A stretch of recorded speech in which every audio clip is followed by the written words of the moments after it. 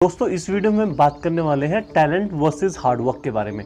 अगर आपके भी दिमाग में यह बात बैठी हुई है कि टैलेंट ही सब कुछ है, बिना टैलेंट के आप लाइफ में सक्सेस नहीं हो सकते, तो ये वीडियो बिल्कुल आप लास्ट तक जरूर देखना, क्योंकि आपके सारे डाउट क्लियर होने वाले हैं। माइकल एंजेलो जो दुनिया के सबसे टैलेंटेड इंसानों में से एक माने जाते हैं, वो बोलते हैं कि अगर लोगों को पता चल जाए कि मैंने कितनी मेहनत की है यहाँ पहुँचने के लिए जहाँ मैं आज हूँ, तो सच में तब लोगों को मेरा टैलेंट इतना ग्रेट नहीं लगेगा जितना अभी लग रहा है। बहुत से लोगों को ये गलत फहमी रहती है कि कुछ लोग बचपन से ही टैलेंटेड होते हैं और कुछ लोगों में टैलेंट नहीं होता है। जिनमें होता है वो आसानी से लाइफ में आगे बढ़ जाते हैं बिना ज़्यादा मेहनत करे, और जिनमें टैलेंट नहीं होता है वो कुछ भी बड़ा नहीं कर पाते।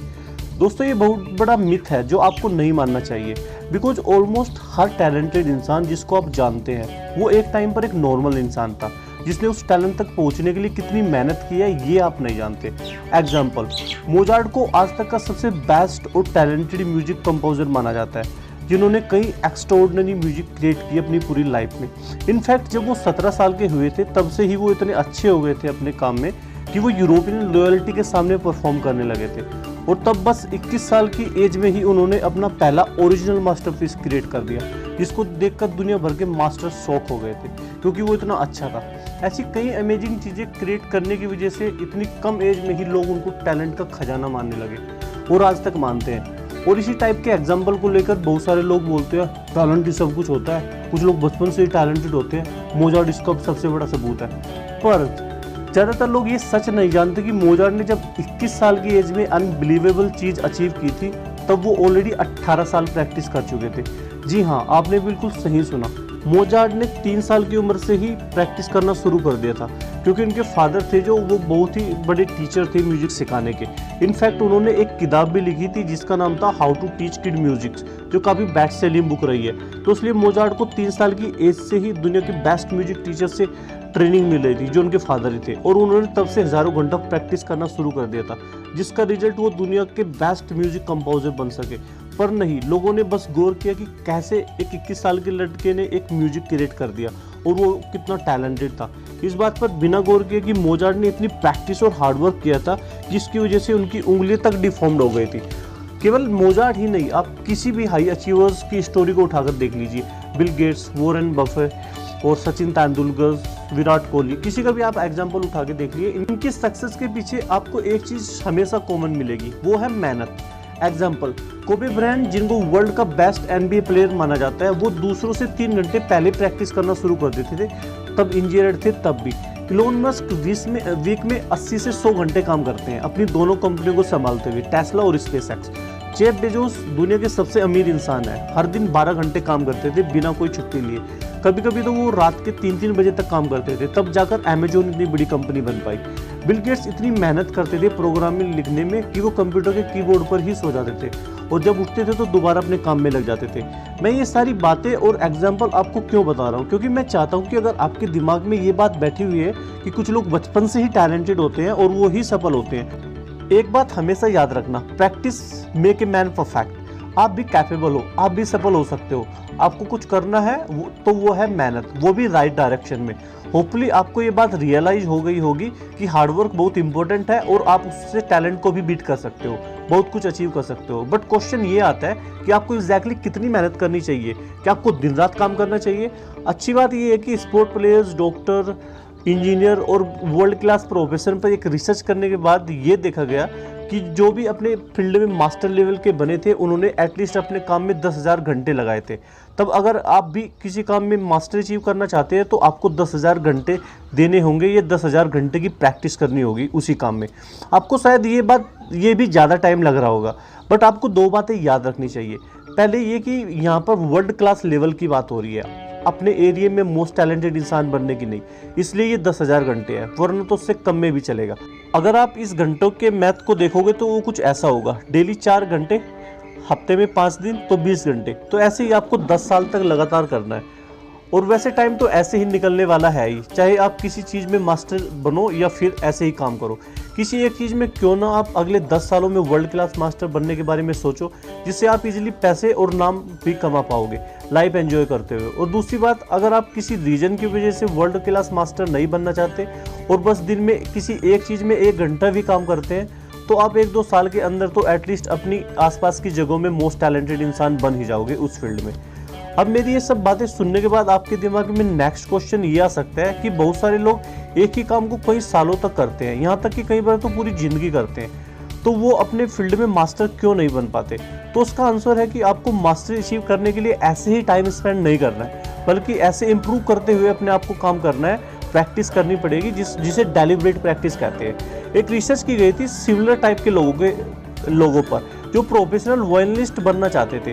इन सारे लोगों को 3 ग्रुप में डिवाइड किया गया, एक था गुड, एक था बेटर और एक था बेस्ट लोगों का ग्रुप। अब इन सब ने 10 साल स्टडी में लगाए थे, सब ने हफ्ते के 51 घंटे ही दिए थे अलग अलग म्यूजिकल एक्टिविटी में। लेकिन इम्पोर्टेंट बात है कि इनमें से सब ने प्रैक्टिस करने को ही सबसे ज़्यादा इम्पोर्टेंट एक्टिविटी माना था कि प्रैक्टिस ही सबसे ज़्यादा इम्पोर्टेंट है। बट जो टॉप 2 ग्रुप थे बेटर और बेस्ट, वो वीक में 24 घंटे लगाते थे प्रैक्टिस में, बल्कि जो गुड का ग्रुप था वो सिर्फ वीक में 9 घंटे प्रैक्टिस में लगाते थे। तो इस रिसर्च से कंक्लूजन ये निकला कि आप किसी टास्क के पीछे कितना टाइम देते हैं ये तो इम्पोर्टेंट है ही, बट इससे भी ज़्यादा इम्पोर्टेंट है कि आप किस एक्टिविटी के पीछे टाइम देते हैं, प्लस आप कैसी प्रैक्टिस करते हैं। ये बात भी बहुत ज़रूरी है, क्योंकि बेस्ट ग्रुप बेटर ग्रुप से भी आगे था सेम टाइम देकर, क्योंकि वो डेलिब्रेट प्रैक्टिस कर रहे थे और इसी चीज़ ने उनको बाकी 2 ग्रुप से ऊपर रखा।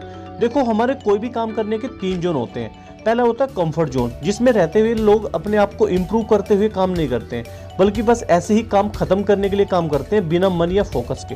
फिर आता है लर्निंग जोन। ये वो जोन होता है जब इंसान कंफर्ट जोन से निकलकर कुछ चैलेंज लेते हुए इम्प्रूव होता है, और इसी जोन में ही डेलिब्रेट प्रैक्टिस होती है। डेलिब्रेट प्रैक्टिस के 4 कंपोनेंट होते हैं। Number 1 specific thing. यहाँ पर आप वो काम करते हैं जिनसे आपका परफॉर्मेंस इंप्रूव होता है, न कि फालतू की चीज़ों में अपना टाइम वेस्ट करते हो। Number 2 from mentors. Deliberate practice एक टीचर या मेंटर के साथ में या उससे सीखने के बाद में की जाती है। Number 3 repeat. आपको वो सही चीज़ें बार बार रिपीट करनी होती है। Number 4 continue feedback. आपको कंटिन्यू फीडबैक लेना काफ़ी ज़रूरी है, क्योंकि हो सकता है आप गलत चीज़ की प्रैक्टिस कर रहे हो और अपना टाइम वेस्ट कर दो। तो जैसे ही बहुत से लोग कंफर्ट जोन में रहकर करते हैं। तो अब लास्ट में आता है पैनिक जोन। ये वो तरीका है जो बहुत से लोग जोश में या मोटिवेट होकर करने लगते हैं। एग्जाम्पल, एक मूवी या मोटिवेट वीडियो देखने के बाद एक इंसान दूसरे दिन 10 बजे की जगह 5 बजे उठने लगता है। पूरा दिन टाइम वेस्ट करने की जगह 10 घंटे काम करने लगता है। मतलब जोश में आकर ऐसे काम करना जो हमारी नॉर्मल कैपेबिलिटी से कहीं ज़्यादा हो। अब ऐसा करना कोई बुरी बात तो नहीं है, बट प्रॉब्लम ये है कि हम पैनिक जोन में काम करने लगते हैं, तो रोज़ इस जोन में काम करना हमारे लिए मुश्किल हो जाता है, बिकॉज हमें हैबिट नहीं होती है इस चीज़ की, और लोग बहुत जल्दी इस जोन से क्विट करके वापस कंफर्ट जोन में चले जाते हैं। तो मेक श्योर आप लर्निंग जोन में ही रहो, अपनी कैपेबिलिटी से 10% ज़्यादा बेटर बनने की कोशिश करो। और एक और इम्पोर्टेंट बात डेलिब्रेट प्रैक्टिस के लिए बेस्ट रहेगी, वो है सुबह सुबह प्रैक्टिस करो, या फिर जब एकदम बिल्कुल फ्रेश रहते हो। अब एक और इम्पोर्टेंट क्वेश्चन आता है कि कुछ लोग बीच में ही क्विट क्यों कर देते हैं। चलो एक एग्जाम्पल देखते हैं। एक लड़का था जिसने एक अच्छा डांसर बनना था। उसने प्रैक्टिस करना स्टार्ट किया, कुछ हफ्ते उसने प्रैक्टिस की, बड़ी मेहनत की, और फिर उसने प्रैक्टिस करना छोड़ दिया। क्यों? क्योंकि उसे भी ज़्यादातर लोगों की तरह मेहनत और रिजल्ट को लेकर मिसकंसेप्शन था। मिसकंसेप्शन ये था कि अगर वो हर दिन मेहनत करेगा तो हर दिन अच्छा होता जाएगा। मतलब उसके दिमाग में रिजल्ट वर्सेस टाइम का जो ग्राफ था वो कुछ ऐसा था, लीनर टाइप का। बट सच में ये रिजल्ट रियल दुनिया में देखने को नहीं मिलते। रियल दुनिया में जो प्रोग्रेस का जो चार्ट होता है वो कुछ ऐसा दिखता है आपको। जब कुछ भी आप सीखना प्रैक्टिस करना स्टार्ट करते हो तो आप थोड़ा टाइम और मेहनत करके उसमें अच्छे होने लगते हो, थोड़ा और अच्छे होते हो, बट फिर अपने बेस्ट से भी नीचे आ जाते हो, और फिर काफ़ी मेहनत करने के बाद भी उसी लेवल पर रहते हो, जिसे प्लेटो बोलते हैं। और यही वो टाइम होता है जहाँ पर बहुत सारे लोग क्विट कर देते हैं उस लड़के की तरह।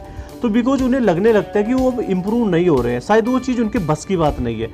बट सच तो यही है, हर इंसान के लिए प्रोग्रेस कुछ ऐसे ही होता है। अगर हम थोड़ा धैर्य, थोड़ा पेशेंट और कंटिन्यू करेंगे तो अगेन एक राइज टैलेंट आता है जो हमें नेक्स्ट लेवल स्किल पर लेकर जाता है। इसलिए कुछ भी हार्डवर्क, डेलिब्रेट प्रैक्टिस करते हुए ये बात हमेशा याद रखो कि आपको मैक्सिमम टाइम प्लेटो पर ही जाएगा।